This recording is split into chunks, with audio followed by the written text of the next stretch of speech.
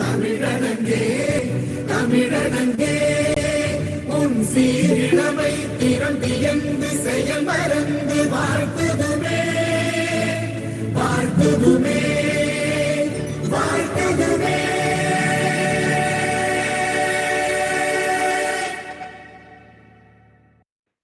Thank you all. Please be seated. Thank you.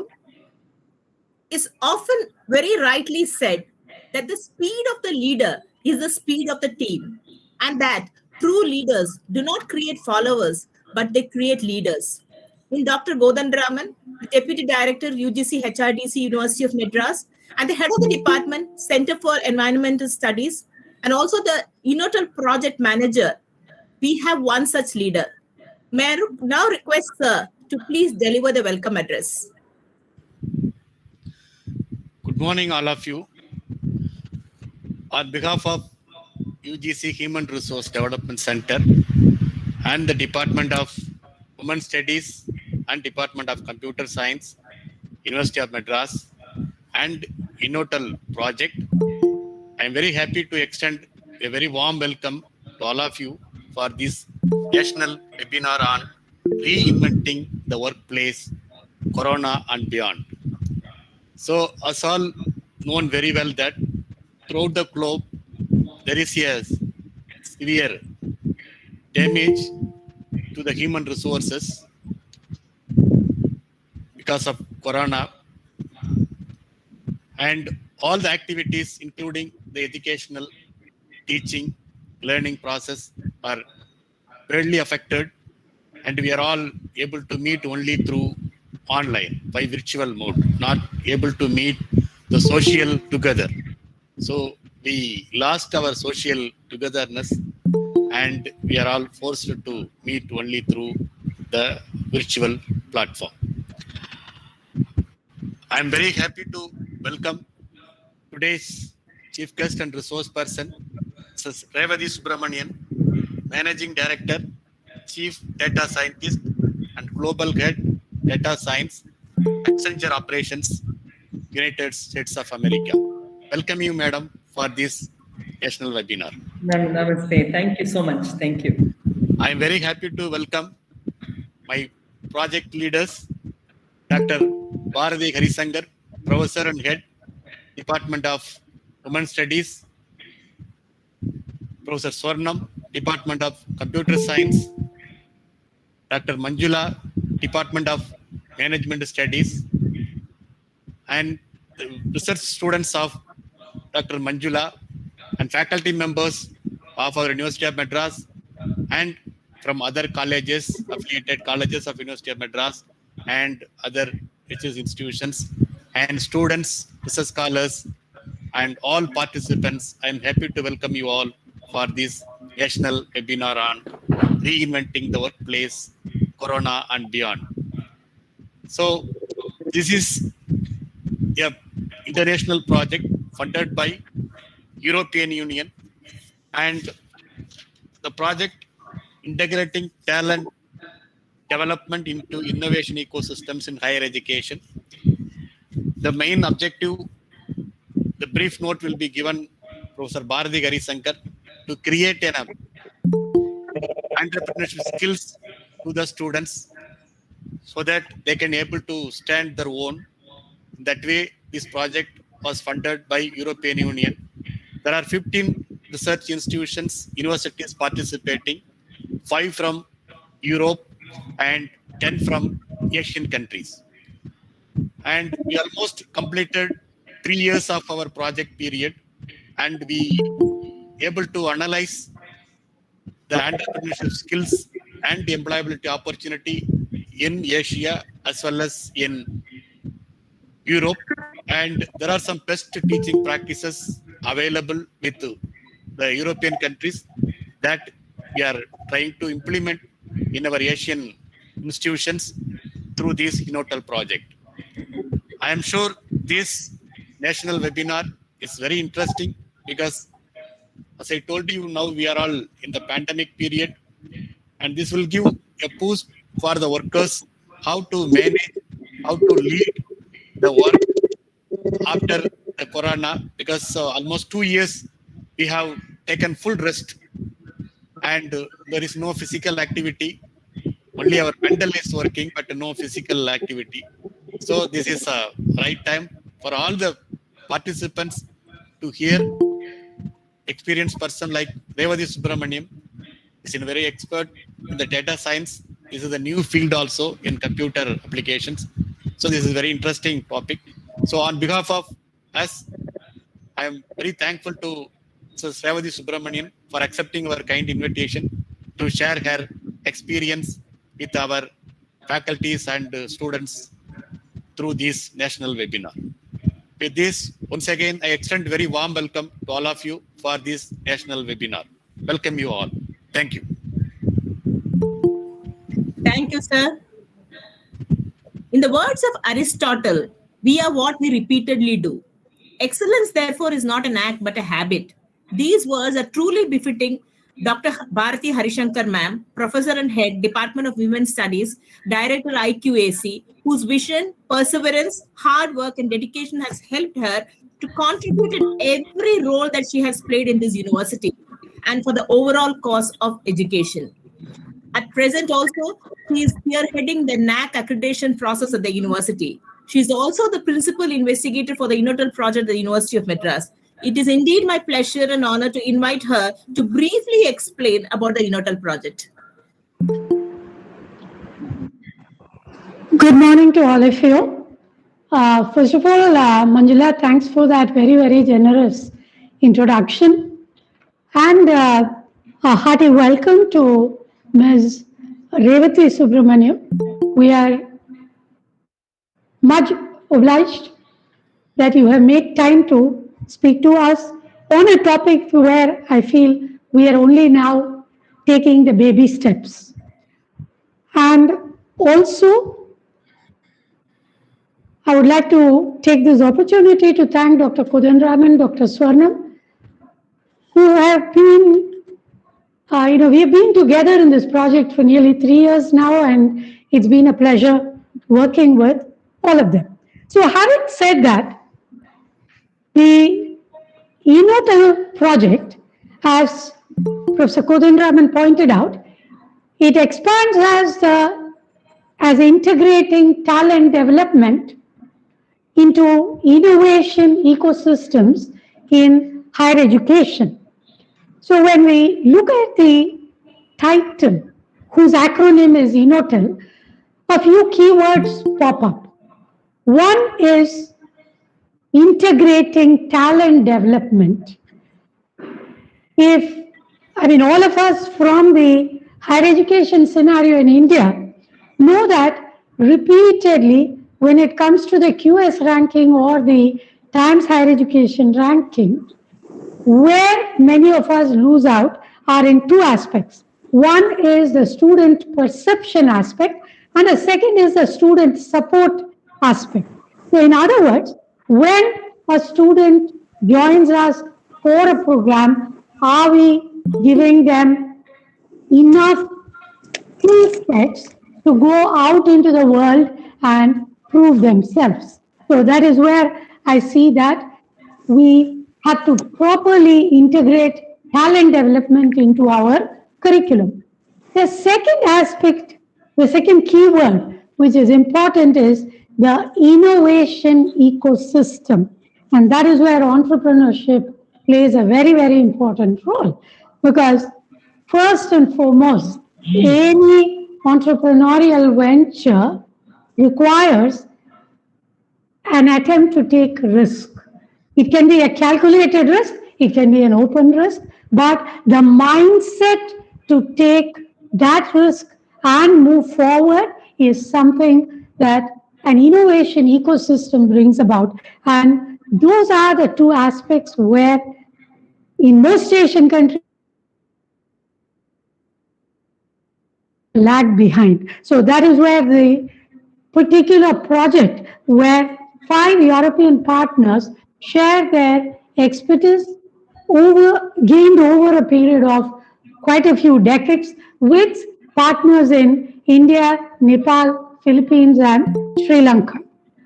So together, this collaborative partnership aims to build capacity in entrepreneurship education. Well, here again, of late, we have been talking a lot, discussing a lot about entrepreneurship education in India, but we look at it as a subject. What we in fact need to know is entrepreneurship is a skill to be practiced. It is not a subject which can be studied, examined, you get a degree and move on. So that is where the capacity building aspect of this project comes to the forefront. The other aim of the project is to embed graduate employability. In my opinion, this is a very important aspect because when we look at placement rates, I'm not looking at Indian universities or Indian colleges at large, but quite specifically when we look at the University of Madras's placement rates, what we notice is two things. One is it is not as if our graduates are not placed, they are placed, but there is no recording, there is no documentation of how the placements happen. And the second important aspect is by employability, we somehow assume that employability means that you have to be employed somewhere. We do not take into account the fact that employability can mean that I give employment, I employ a few people. And that mindset is what we have not had, and it is slow to come by. So that aim of the project in the first place is what propelled people like Professor Kodandraman, Professor Swarnam and I to be part of this project because we felt this was a need that has to be addressed at an immediate level at the University of Madras, but also at the level of India as a whole. So the objectives of the project is to mainstream entrepreneurship education and provide innovation training. And when we say mainstreaming entrepreneurship education, what we really mean is not to put it as a soft skill or as an extra add-on course, but to bring it as part of an elective course or a main core course. I'm sure Management Studies Department or the Commerce Department will have a course on, say, entrepreneurship, but entrepreneurship is not limited to commerce and management alone. A science student may decide to become an entrepreneur. So how do we address entrepreneurship as across the board, across multiple disciplines in liberal arts and sciences? So as far as the project is concerned, what we have done is to create a talent co-creation lab and use ICT tools to provide training and live projects. And to be very honest, this is a part which kind of went to the back burner because of the pandemic. But we do hope that even beyond the project, we will be able to move this forward with the university.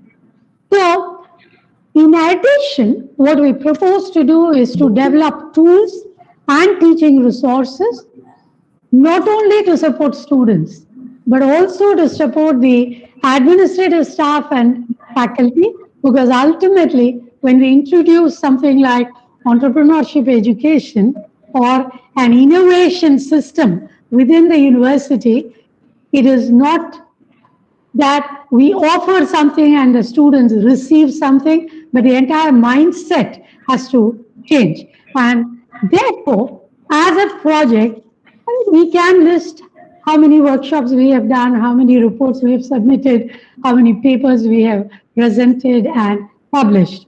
It is not the outputs we are looking at, but the outcome in terms of how the mindset changes among all the stakeholders in higher education is what we are looking forward to at the end of the project. And our very specific focus, even within entrepreneurship, is social entrepreneurship, because we believe that in India, the NGOs, the self-help groups, and whole lot of individuals forming trusts and societies are in fact providing a whole lot of support mechanisms to society at large, and especially during the pandemic. So our focus in terms of creating teaching resources is going to be towards social entrepreneurship.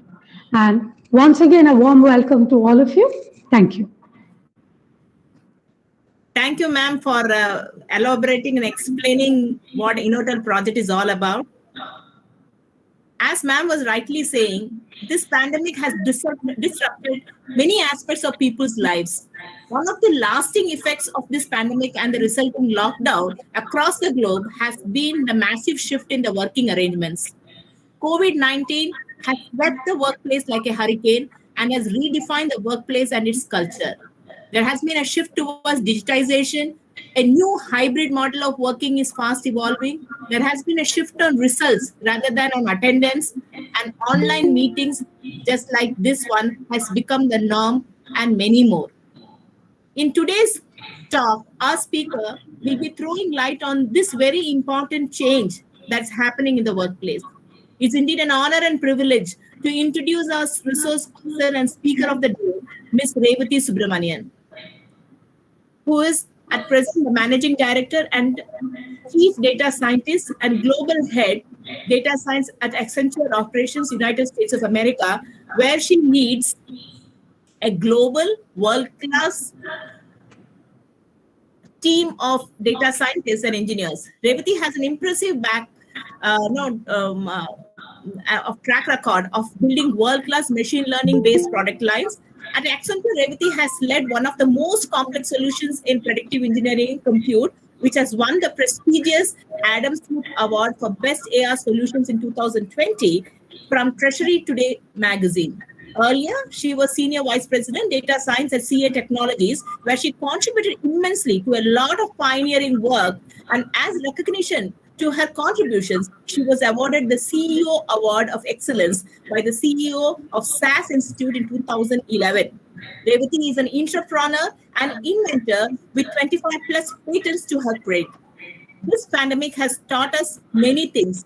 And one of the most important things we have all learned is to celebrate life.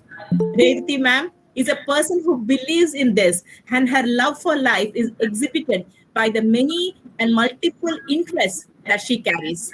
She serves as a trustee on the board of Indian Fine Arts Academy, San Diego, and also on the board of an organization for women in STEM empowerment.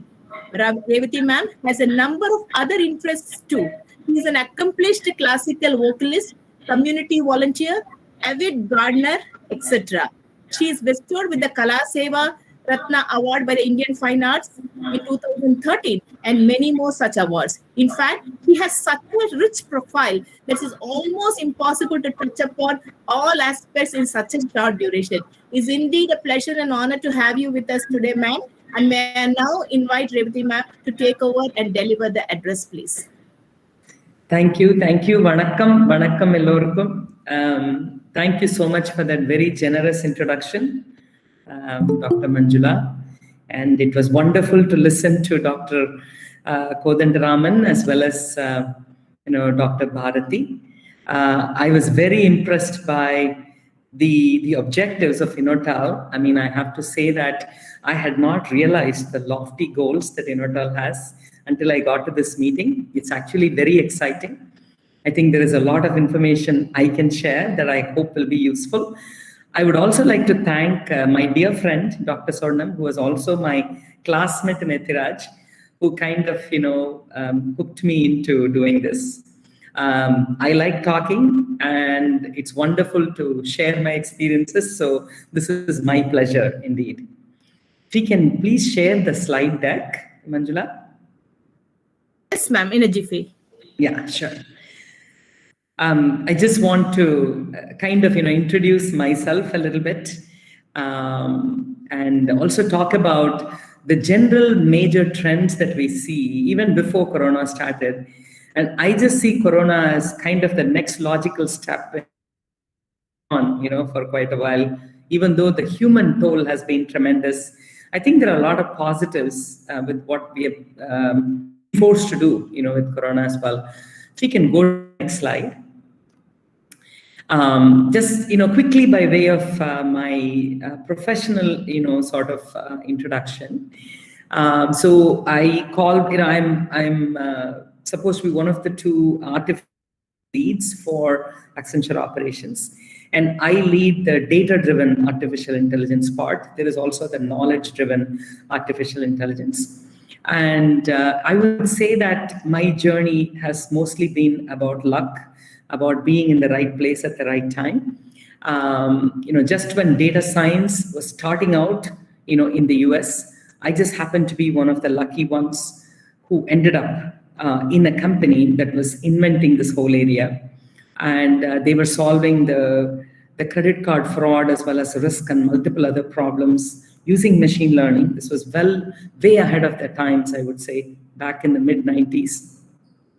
And this was an organization where we used to joke that no matter how smart you are, you're condemned to work among your peer here, meaning everyone is just as smart, And so I've learned so much, from so many of my colleagues, for which I'm very, very grateful. And so I have 25 plus years, fraud detection, risk management, essentially using machine learning for solving various problems, kind of expertise. When the term data science was not even coined, this company came up with the title staff scientist and so on. It was a very interesting place. And I have more than 30 years of academic as well as industry experience, essentially creating what became world-class solutions in a number of different areas. So if you have a credit card and if you've ever gotten a call saying, did you make that charge? There is a good chance that I had something to do with it, in my prior life, in terms of the models that actually determine what is fraudulent, what is not. Just a very interesting journey, I've had, and I'm incredibly grateful, for the great experiences I've had. It's mostly about gratitude, I would say.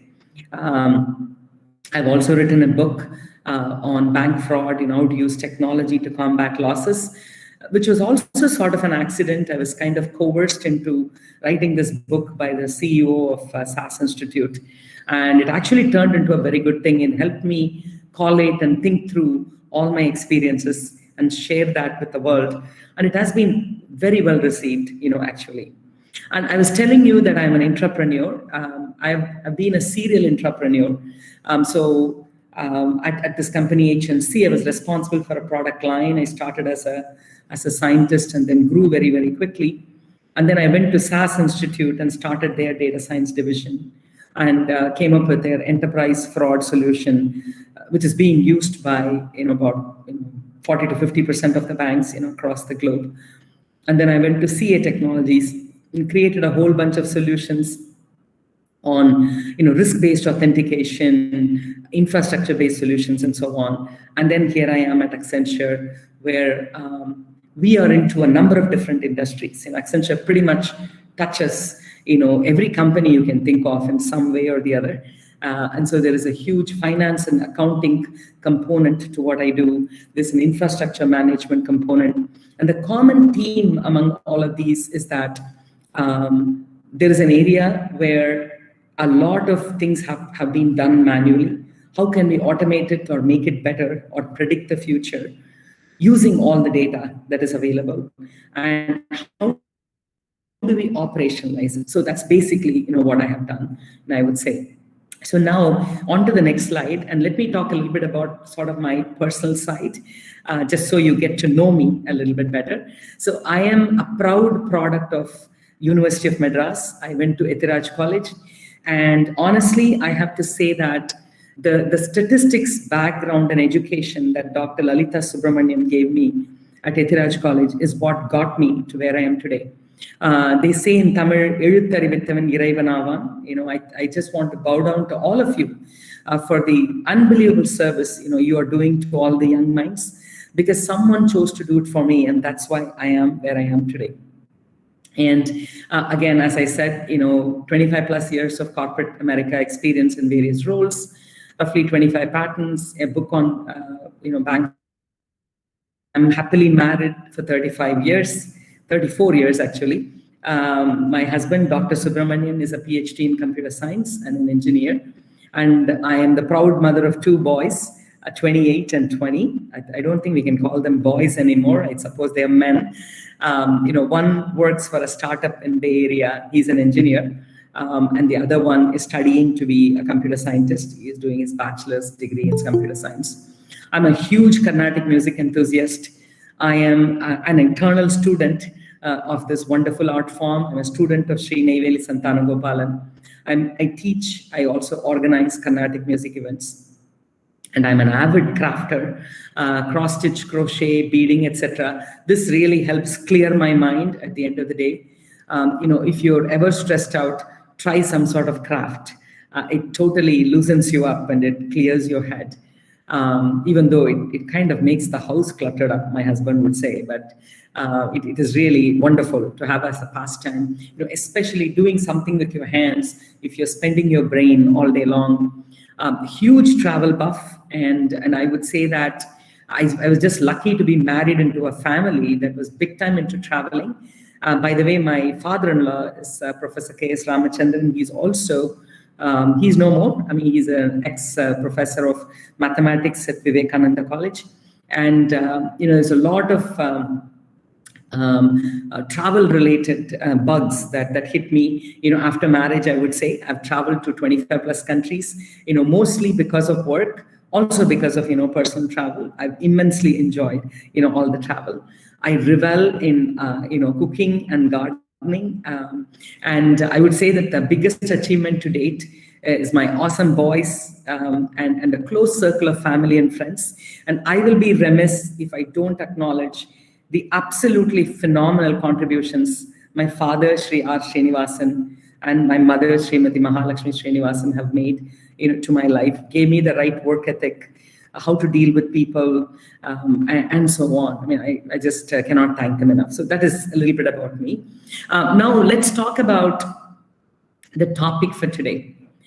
So I would like to start with sort of the multiple major global trends that have been in play well before coronavirus, over the last 2 decades, I would say. And I have been lucky to watch these in kind of very close quarters, because of the nature of my job and so on.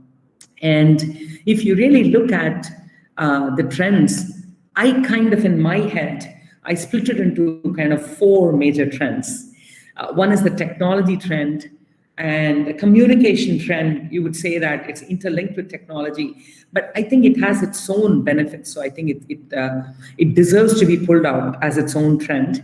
Climate change, has tried to teach us a lot. I'm not sure we really managed to learn or not. But what climate change has not been able to teach us, I think coronavirus is teaching us. So these 4 major trends, have changed the workplace or changing the workplace pretty significantly. And if you look at the one theme across all these 4 major trends, it is showing us that even though we are separated by borders, we're different countries, different counties, different cities, they're all interconnected, whether we acknowledge and accept it or not. We are part of the same Vasudeva Kutumbakam. If something bad happens to one, it affects all. And I think the Almighty is trying to show us, through these trends, that, hey, don't pay attention to exactly the country where you belong and so on. We are all one and we are coming together. I think that has been the major lesson. So let's talk about, specifically technology. If you look at, Google, Facebook, Twitter, Instagram, and Amazon, they have absolutely changed the world beyond imagination. When Amazon was just starting out, I remember very distinctly, I was following them very closely. And honestly, it started as a bookstore, if you remember, online bookstore. Nobody really thought that it was going to go anywhere. And look where they are now. right? Amazon is ubiquitous, right? I mean, that's how we do almost everything now. We order everything through them. And, even maybe this, meetings like this, not the specific one. I mean, this is being done by Google, but, cloud plays such a significant role. And there too, AWS, has played a humongous role. If you look at Google, right? Who thought that all of us could become huge experts in any area at an instant, right? I mean, any thirst for knowledge you have, in order to satisfy it, all you really need to do is Google. And honestly, you can sit for days and days and days learning about things just on Google. Absolutely not thought of to be something that is possible, I would say, even 25 years ago, right? I mean, nobody thought that we could have kind of this universal hub where all information sits, and better ways of searching through it and making it available to us. And if you look at Facebook, Twitter, Instagram, again, when Facebook started, I don't remember exactly when, maybe 15 years ago, I don't remember the exact time, somewhere in the 10 to 15 year range. I honestly thought that, wow, I mean, what can really one do with a social network? And look at what has been accomplished now, right? The world has been brought together, right? And there are revolutions that are happening in the ways in which people think. And when there is a great idea in one part of the world, we cannot hide it anymore. And as Sadhguru, Jaggi Vasudev, says that intelligence used to be just a collection of information before, but it's not that anymore. It is in how you interpret it and how you're able to use it. That's what is important. Accumulation of information is not important, anymore. And when we talk about communities coming together, I would say that the communities coming together on Facebook, Twitter, and Instagram are way stronger than even physical communities. So you really see that trend showing that you don't have to be physically connected or physically co-located with someone, in order for us to actually connect with them. That's what technology has shown us. If you look at communication, even when I went to the US, this was in the late 1980s. I think I went there in 1989. I remember what a big portion of our monthly budget was the telephone bill. Right? I mean, it used to cost us like $3 to $4 a minute to talk to India. And, we would call every week, we would call both sets of parents. And that in itself was about 25% of our monthly income. That's how expensive it was. Look where we are now, right? In terms of cost effectiveness mode of communication, I mean, I'm just talking telephone call back then, right? 30 years ago. Now we are able to do video calls absolutely for free, and through apps, messaging apps, entire businesses are being conducted. I think entrepreneurship in India is really being fueled by messaging apps, right? Messaging apps and missed calls. I think missed call is India's contribution to the world. So even within that, we have found even a better way to be frugal. So anyway, I don't want to digress. So communication has really allowed us to come together. I would say that without WhatsApp, I don't know if I would be as tightly connected with Sorna and all my, Etiraj college mates. So communication again has brought us together and opened the whole world. And there is so much taking care of each other you can do without being physically present. Whether it's taking care of your parents, who are far away, or it's taking care of your friends, so much can be accomplished in a jiffy. So that is another major trend. If you look at climate change, I think the Almighty has been trying to tell us that, hey, if you think you can mess around with your environment in one area and think that nobody else will be affected, that's absolutely not true, right? I mean, US increasing fossil fuel tremendously, right, has a huge impact on the tropical rainforest in a totally different location, and it can completely decimate it. So again, the Almighty telling us that we are all connected. So don't just think that, we can put a fence around us and we are a whole separate entity. That's not the case, right? Now, whatever climate change refused to or did not manage to teach us, I think coronavirus is teaching us, right? We just thought that, these sorts of things happen in some sort of third world country, and whatever, it can happen to them. Look at the impact across the globe. Countries shut down whole borders, and they thought that they're totally stopping this, right? Didn't happen. It basically, I think coronavirus's main purpose was to show us that no matter how much we think we are our own entities, we are all connected. I think that is what coronavirus, has really shown us. Now, let us look at how these global trends have affected the nature of work, and how coronavirus has further cemented it. That's how I see it, right? This kind of trend started about 20 years ago, and I think coronavirus is really accelerating it. And I think there are a lot of things we can do to really kind of bulletproof ourselves, against any sort of ill effects, if you will, in the workplace of, what coronavirus is going to bring, in terms of your career advancement and so on. So let's go to the next slide. So what I have understood over the last, I've been working pretty much the entire time I've been in the US. So I landed there 89 March. I started going to school, going to Ohio State University, that summer, that is starting sometime in June. And from fall, I started attending full-time master's degree, classes, and I started working. In fact, for a couple of quarters, I had 2 jobs. I was working for 40 hours and also studying, right? So from the time, and then I started working, and then I, switched jobs, of course, I've had 3 or 4 different jobs. The entire period of, 32 years or so, I have worked or studied. I've really not taken a break. Even when my children was born, the longest break I've had is probably 5 weeks, or so. And what I have seen is that change is the only constant thing in this world. The amount of change we have seen in the last 30 years is only going to be more accelerated, further accelerated, in the future. It is up to us whether we want to make use of that change to our advantage, or we sit and whine about it and refuse to change. The former category does amazingly well. The latter category is kind of left behind, right? And that's what we see. So, in AI, NLP is a term that is used quite often, right? Natural language processing. I think that the NLP of workplace has also changed.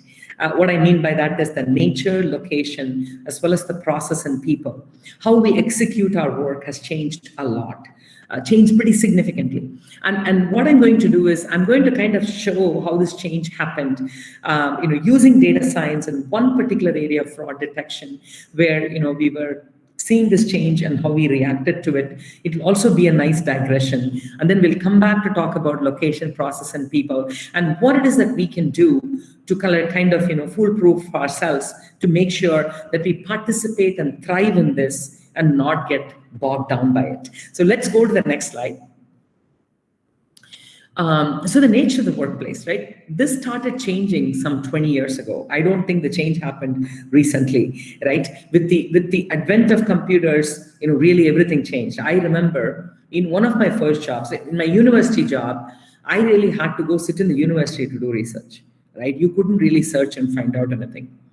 Then when I went to a bank, and I was working at the credit card division, I used to finish the work very, very quickly. I was an incredibly efficient programmer, and they would give me very complex, macros to write. I would be done in 3 hours, but I had to sit there, and there's no concept of going home early those days. If you have a job, you had to sit there for 8 or 9 hours, right? And during that time, there's not even something you can search or do anything, because it was just a dumb terminal that was in front of you. Later on, it changed, and now you can do the work from anywhere. You could be sitting in your native place and working. You could be sitting in the moon and working. Well, I'm exaggerating there, right? So things have changed so much. Also, how people get measured, has changed exceptionally, right? So in India especially, and by the way, in India, I have worked for a bank for a year as well, right? It's almost the only thing they look at is your attendance and whether you come and sit and bow down to everybody. in the bank. It has really nothing to do with how effective you are. In fact, I got in trouble because I was trying to clear some, backlogs of. So when officers moved across multiple cities, you had to go and change the numbers. They used to be given these little numbers, and they sign in drafts, and they put the number, and we verify the number and make sure it's not fraudulent. And so I used to update all of the transfers, and my bosses would get mad at me, because, hey, you're making the other people look bad. That's how it used to be. So it was all about just physical presence and doing your basic job, and then, being very respectful to everybody. Now, that really has very little to do with how you're measured. How you're measured is what you're able to deliver. Like I think Dr. Bharati was mentioning, it's all about what you can produce. It's not about your physical presence at the number of hours you're in the job. And those who recognize this change early have done extremely well, right? So even though I studied statistics, I didn't want to stick to statistics. I really wanted to get into a business environment that had a lot of data, where we could exploit the statistical knowledge with the computing skills to make actual impact, on the world. And once I recognized that, I really went after this company, HNC, that was doing some amazing work. They had the precursor to Google, they had the precursor to Zillow, they were the masters in fraud detection and so on. And I really had to kind of struggle, to get into that company, because it was not easy to do the interview and then get in. And as I said, I had my colleagues were, people who had completed PhD in applied mathematics at the age of 22, and so on. But if you recognize that change early, you really do extremely well. So I won't say that, I was one of the top employees there going in, but I figured out how to combine my skills of not only academic knowledge and, interest in various statistical models, how to take that and combine it with the computing skills I created for myself, when I was at National City Card Services. And then using my communication skills and ability to convince people, how can I bring in a unique set of, skills, to the job that would be very useful to the business. I would say that that's how, I grew very, very quickly. So I would say that it's very important to recognize what is very unique about you and how that can help benefit the business, and do that, right? So what I want to do is, if you can please play video number 1. There is only one video, by the way. I think it will kind of set the stage for what is artificial intelligence. And the context of this is, most of the people, especially in places like India, assume that, oh my God, AI is going to come and it's going to displace all the jobs. I'm going to be without a job. That's not true at all, right? It's how we can augment AI. That's where the future is going to be. So please play it.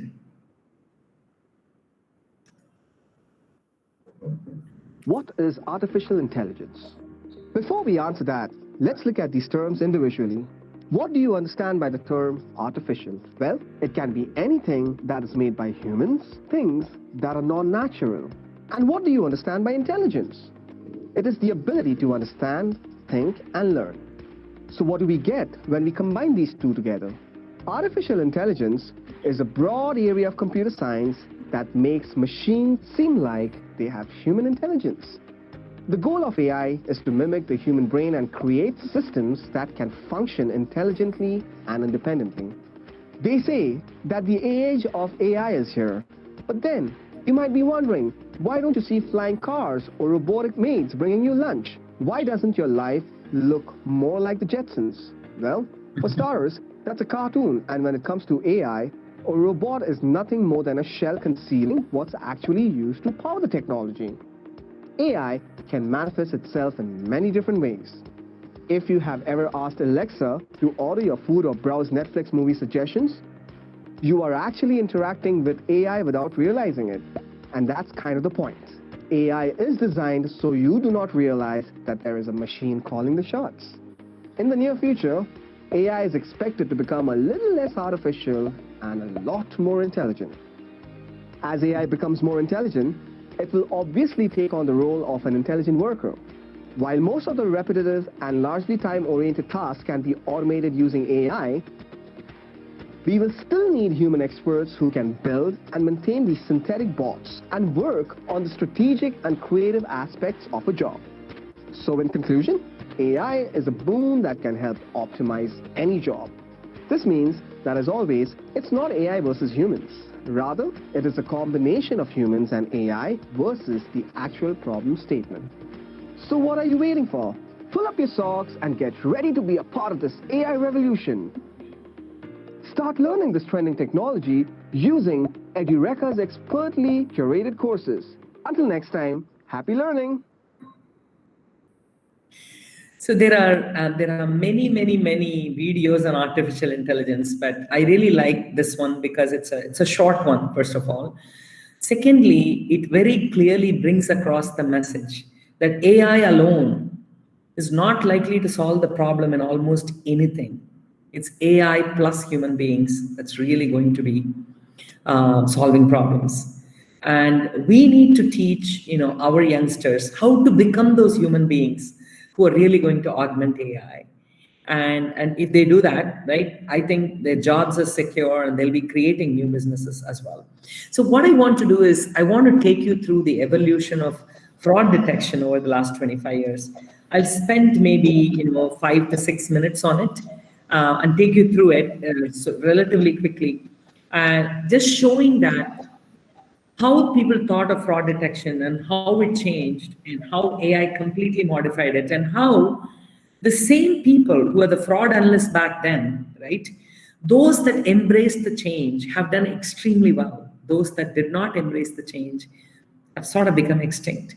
So you don't have to be, technically, extremely good in order to participate in this AI revolution. So that's the point I want to bring across. Of course, if you're curious about the technology, understand how it works, and embrace the change, you're going to do almost as well as the technologists. So that is kind of the lesson in this. So let's go to the next slide. Just to switch gears, I want to tell you a little story. I don't know if you've heard about Sisyphus in Greek mythology. If you have already heard that story, my apologies, but I'll say it again anyway. So Sisyphus is a figure from Greek mythology who, as king of Corinth, a very large area considered to be a country, right, became infamous for his general trickery and twice cheating death. So he cheated death 2 times apparently. He ultimately got his payback, if you will, right, when Zeus, the god, the big Greek god, dealt him the eternal punishment of forever rolling a boulder up a hill in the depths of Hades.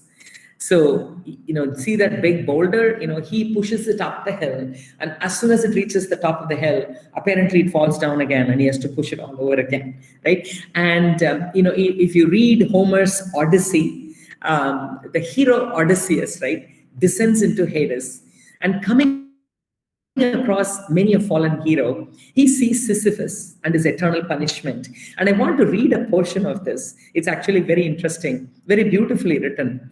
He says, "Then I witnessed the torture of Sisyphus as he wrestled with a huge rock with both hands. Bracing himself and thrusting with hands and feet, he pushed the boulder uphill to the top. But every time, as he was about to send it toppling over the crust, its sheer weight turned it back. And once again towards the plain, the pitiless rock rolled down. So once more, he had to wrestle with the thing and push it up, while the sweat poured from his limbs and the dust rose high above his head." This is from Odyssey. I really like this portion. So why am I saying this? Every fraud manager faces a Sisyphean task. So just when you think you have handled the fraud trend really well, something else comes up. And you need even better tools. You need better tools. And the managers who are able to handle this, very effectively, are the ones who make use of whatever tools that come their way, right? So let's go to the next slide, and let's just look at the evolution of this a little bit, right? So I want to take you through how smart these fraudsters were, right? We tried all sorts of things, and they were always ahead of the game. So if you take a credit card way back, right, when credit cards were issued in the mid-1980s, what would happen is the credit card basically has a magnetic stripe, and you needed the physical card to really buy anything. So what fraudsters would do is, let's say I go into a shop, I forget my card, somebody picks it up, they would just go use it in a couple of stores very, very quickly, and then they throw it away, right? Because it would either hit the credit line, or they could just stop them the next day. So they would do that. Then this whole notion of a magnetic stripe with some sort of an embossment, that it also had a hologram, all those things made it difficult to duplicate the card. So they did that. And then what they did was they put a CVV in the back, which is the three numbers that you find, in the back. And now you have chip cards, right? I mean, chip cards basically, you don't really need to do much. I don't know how it works in India, but in the US, all you need to do is put it in. You don't need to sign, at all, right? So they keep making it better for the customers, better and better and better.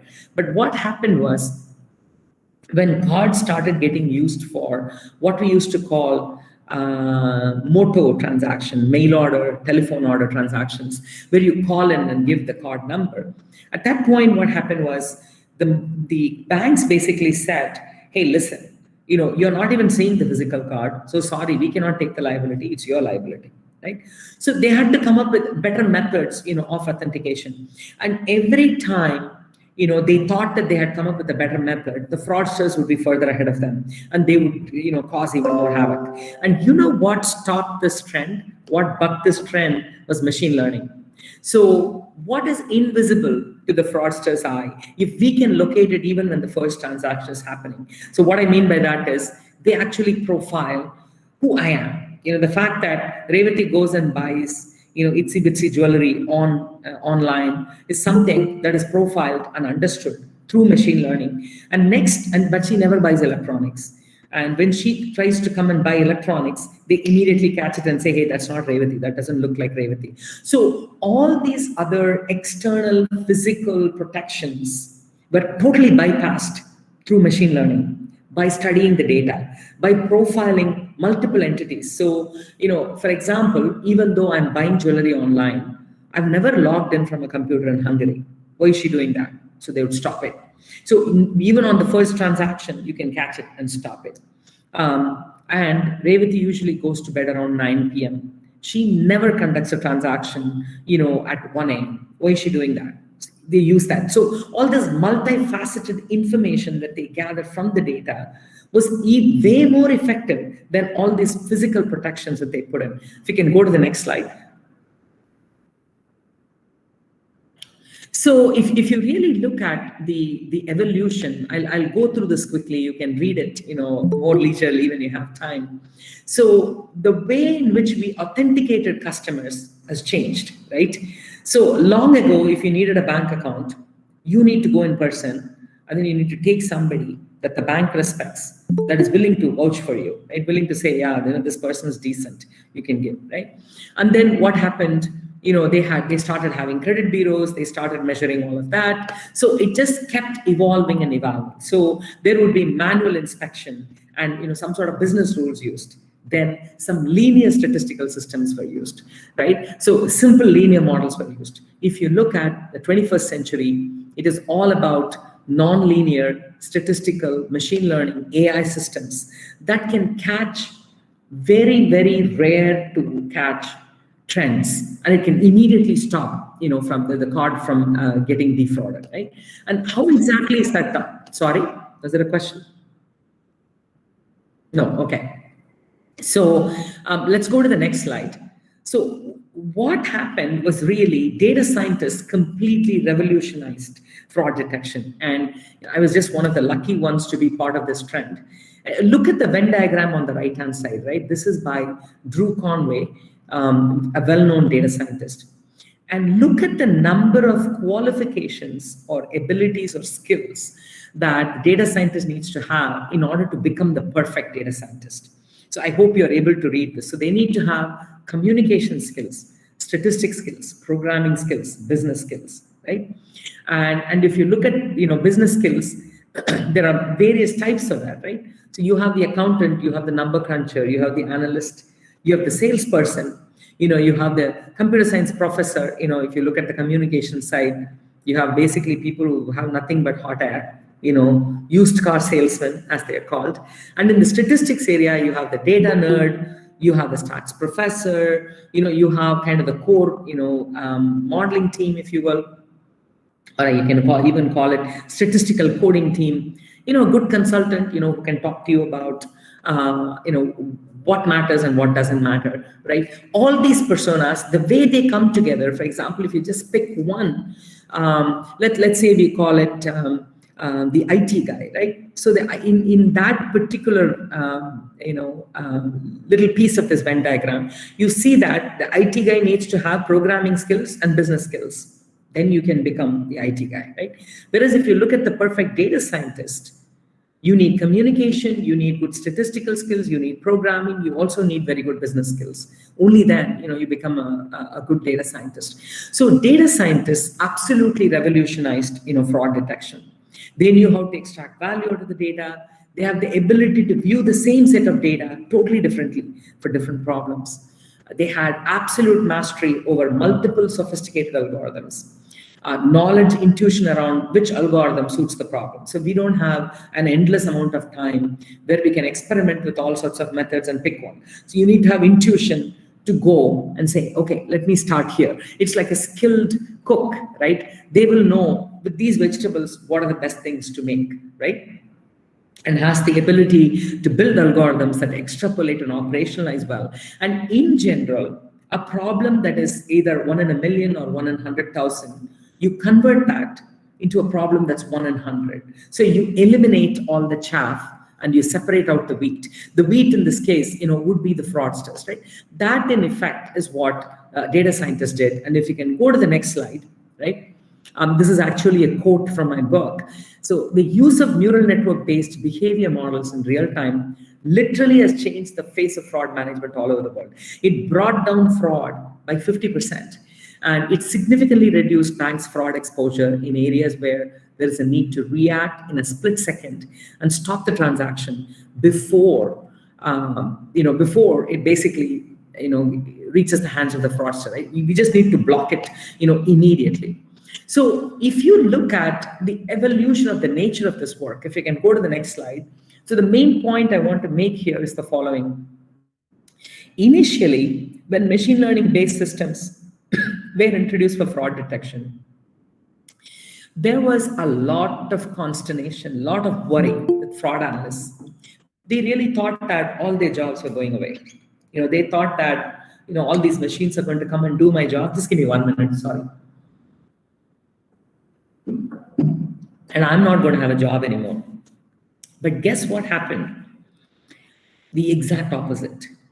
So because the efficacy of the AI systems was so good, so we were able to produce rank ordered lists where if you picked, let's say, what they used to do was at the end of the day, they would look at all the reports and they would say, well, that one looks suspicious. So let me go ahead and block that card. And that one is a problem, and so on, right?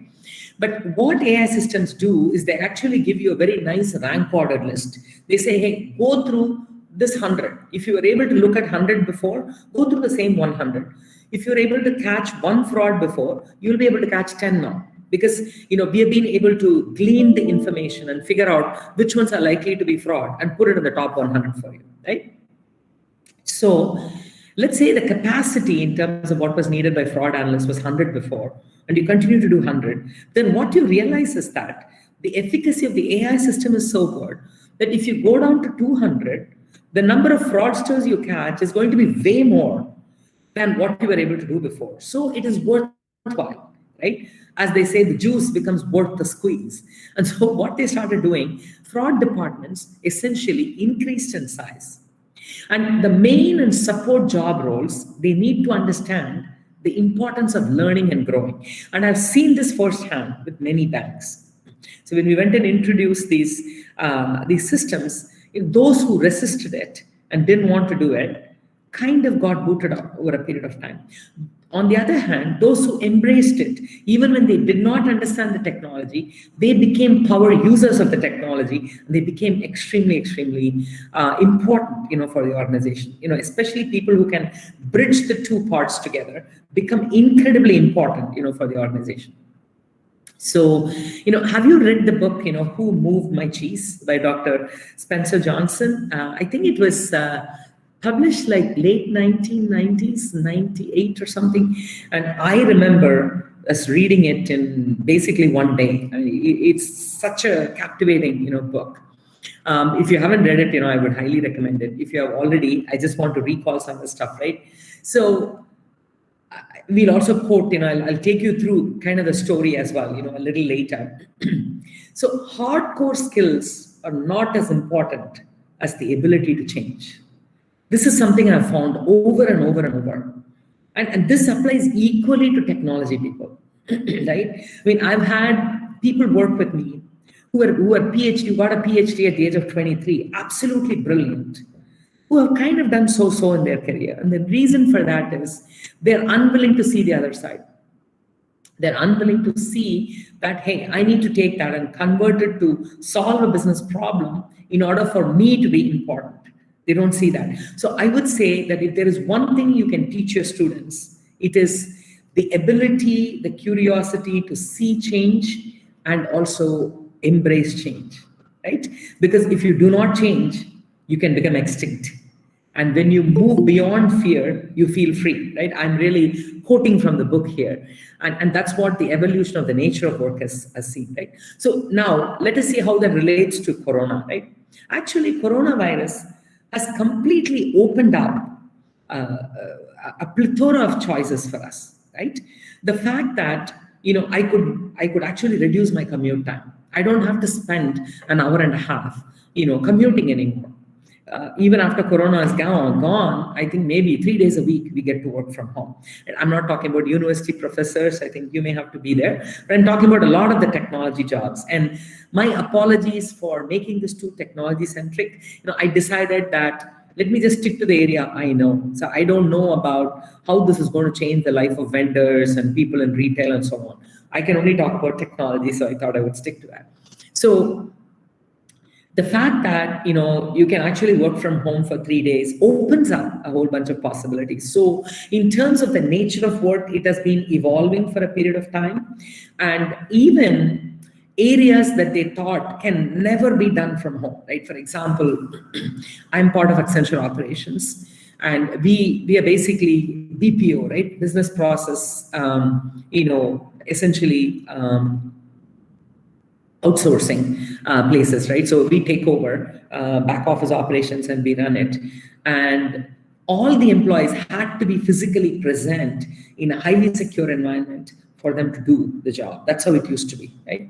That has completely changed now, right? We were able to locate them and convert it into work from home in literally a matter of weeks. And everything was humming along, running fine. Again, the division I am responsible for data science in is an $8 or $9 billion division, right? Billion with a B. So we pretty much touch every large company you can think of, and we stand in and run their operations. And we were able to convert it in no time at all. And interestingly, when you give people goals that are based on outcomes, a different set of leaders emerge, from the people. Right? And they figure out, how to get their job done. And I would say that this sort of freedom is extremely liberating to me, right? The fact that I can work for 3 hours and then I can go, maybe perhaps put some dal for cooking and then come back and continue to work. I think it's very liberating. I think it's an exceptional thing. It's going to elongate the period for which people are going to be willing to work and so on. Right? So let's go to the next slide. Let's talk about the location of the workplace, which we touched upon, right? So remember the days when managers were breathing down employees' necks?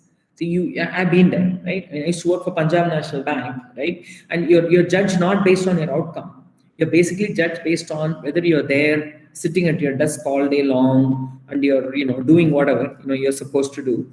If you're capable of finishing it in 3 hours, you still have to sit and you still had to bow down to your seniors, right? That is all going away now. It's a different world that's emerging. And also, remember the days when you're only working when you're physically in the office. If you're not in the office, you're not working. So let me tell you, my first job at the university, I had to do a lot of research. So I was the senior statistician for the Department of Physical Medicine as well as orthopedic surgery.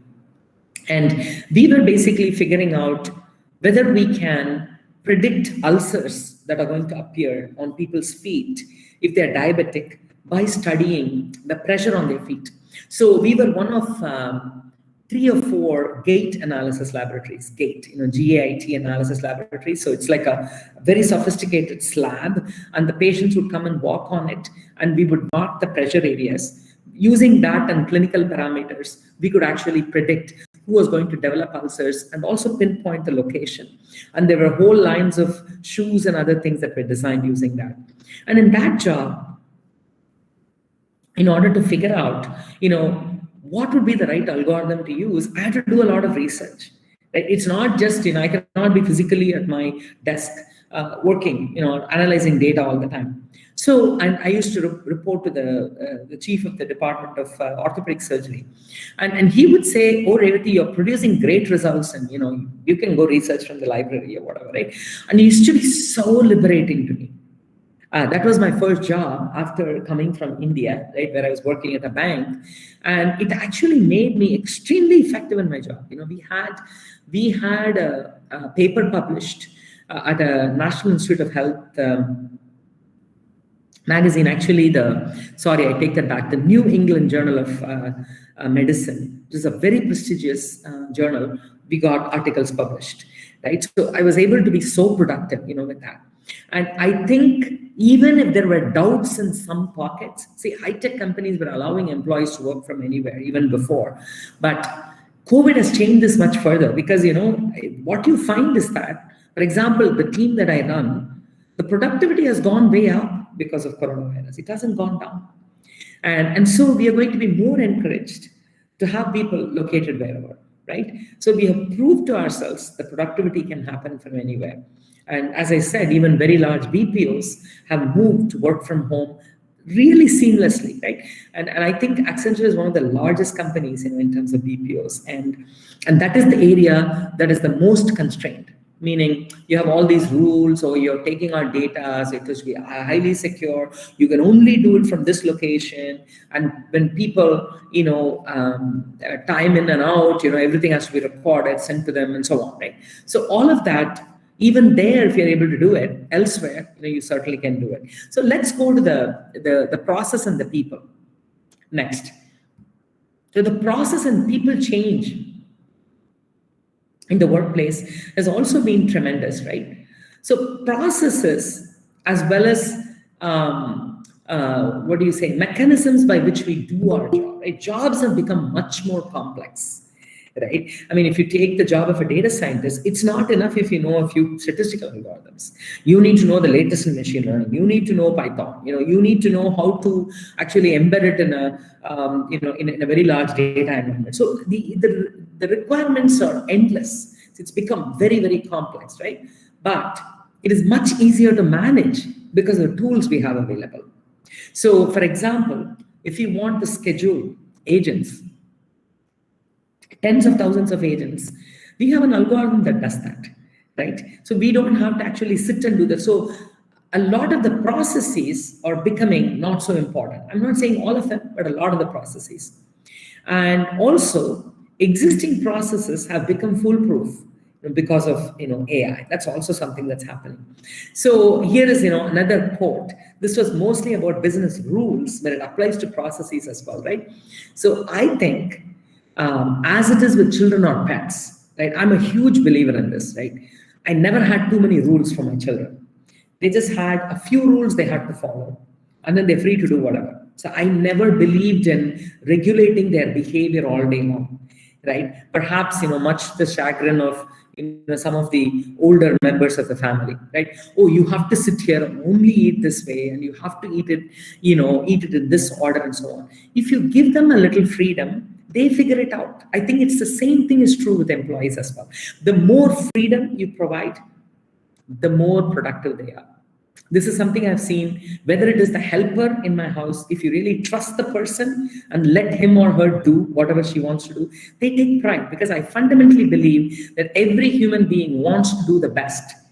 Their goal is not to get regulated, by the people around them, right? I have to digress here. I know that I have to wrap up in about 3 or 4 more minutes, right? I mean, the level of control that homemakers have on their maids in India, right? It's just absolutely unbelievable. Absolutely unbelievable. I don't know how they even expect them to fulfill all these requirements. I think if they relax it, they will see that they are way more productive. That has always been, my mantra. I've been a serial entrepreneur, right? Dr. Bharati was talking about providing jobs, not just becoming employable, but providing jobs. And I have to say that I'm very proud that I've created about, 200 to 300 jobs in my career. And these are all high-paying data scientist jobs, directly because of products that we created, right? And a lot of perhaps 1,000 ancillary jobs, right? The thing I'm most proud about is in every team of mine, the junior most scientist on the team has as much access to me and has the ability to question me on anything as the other MDs reporting to me. Because I think that's the only way progress will happen. And I know that I'm digressing a little bit here, but I really hope that, as it is with children and pets, right, having too many rules in general is totally counterproductive. And this is not well understood in India at all, right? I mean, everybody thinks of, if somebody is below them, they just think that, they need to kind of run their life. That's not the way to do it at all, right? This is something, I learned by going to the US, I would say. Too many rules tend to confuse them as well as limit them. Right? If you put all the rules, then it is not theirs anymore. They don't own it. Why do they want to do it? So I think coronavirus is actually relaxing some of these process rules as well, which I think is a very good thing, right? And in terms of managing processes, it should be all about data. In terms of managing people, it should be all about data. What I mean by that is look at what they produce. The intermediate steps, give them the joy of doing it. You don't dictate to them what they need to do. Then you're taking the joy away from their lives, right? Then they're not inspired to be their best, to do their best. So I think there is going to be tremendous freedom to people that comes with tremendous responsibility too. I think I am a great example of that, right? Nobody put any limits on exactly how many number of hours I need to work. And that's what I think converted me into an extremely productive and creative employee. If my boss was breathing down my neck all the time and telling me what to do, I would have just done what I needed to do and get the hell out, right? The reason I'm insisting on this is I hope this is understood in India, because I think there is too much ruling over people everywhere, right? We don't treat them as human beings who are trying to achieve their potential. I think we really need to do that. Let's go to the next slide. I'll finish in 2 or 3 more minutes, and then I'm happy to take questions. So basically, in summary, COVID, in spite of its humongous human toll, which really cannot be understated, right?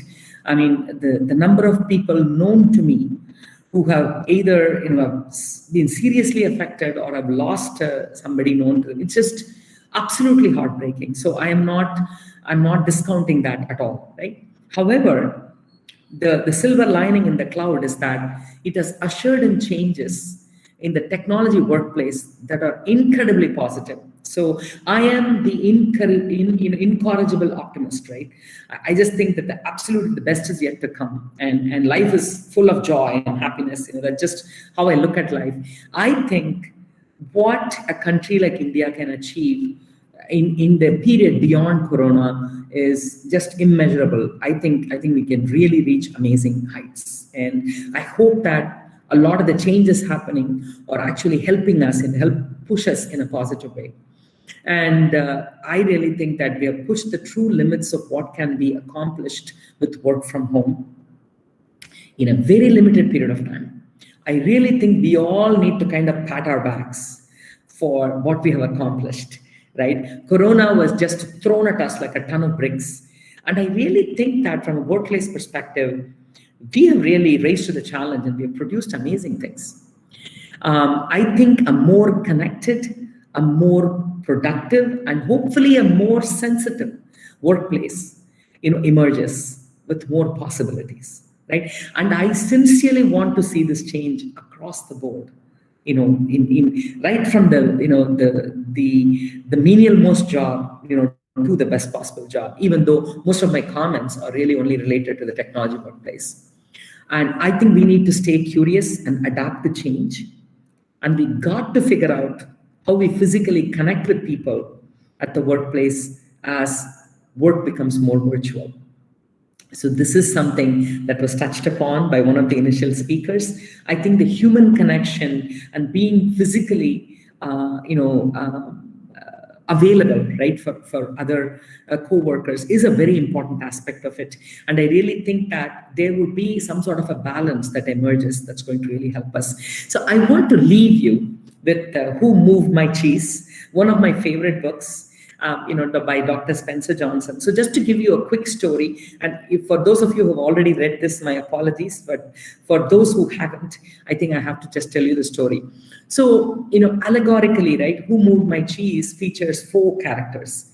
And the 4 characters are 2 mice and 2 little people. The 2 mice are Sniff and Scurry, and the little people are Hem and Haw. I hope you have heard the term hemming and hawing, meaning kind of being always ambivalent, undecided.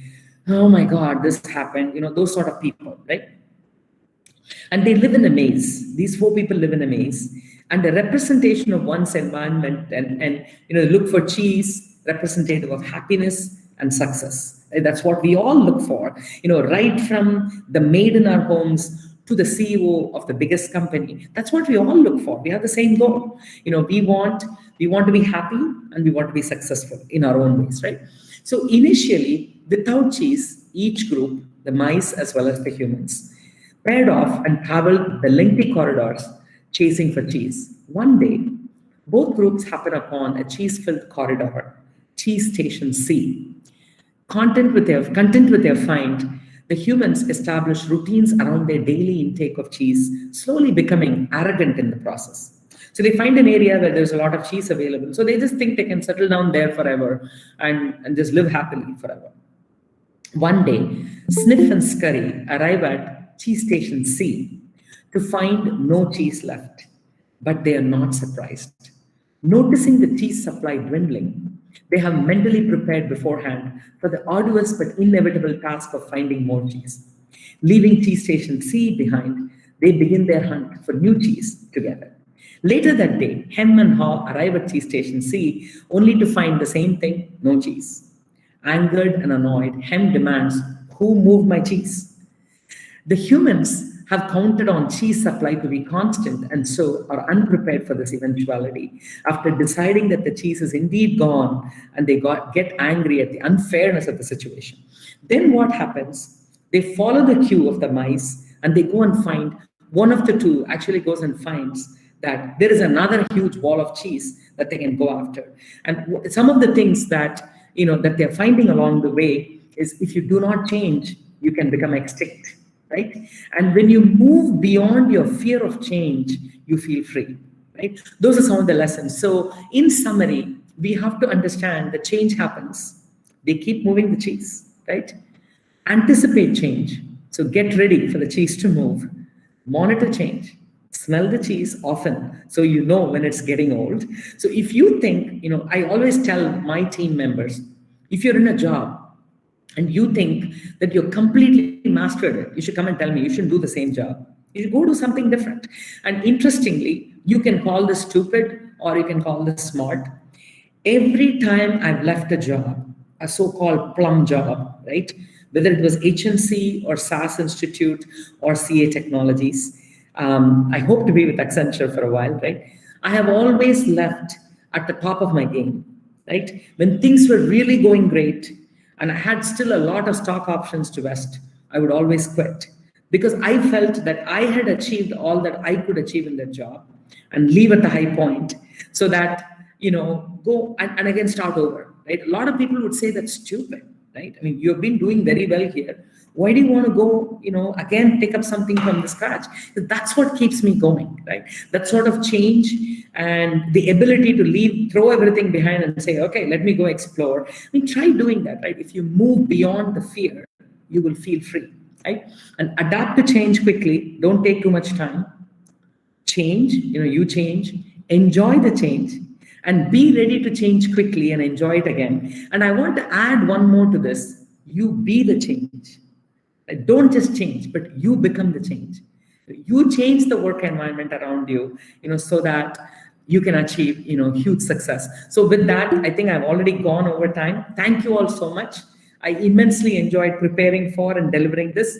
I hope this was useful. I'm happy to take questions or whatever. Back to you, Swarnam and Manjula, please. Well, thank you, ma'am. I think that was such a wonderful talk from you. It was so very thought-provoking, and I think the audience will completely agree with me that they could really relish the 30 plus years of experience that you have had at work, and every piece that you put together was something that people can take over with them, and even dwell upon it even for a long time. And I'm sure that everybody will move their cheese and look for fresh cheese every time.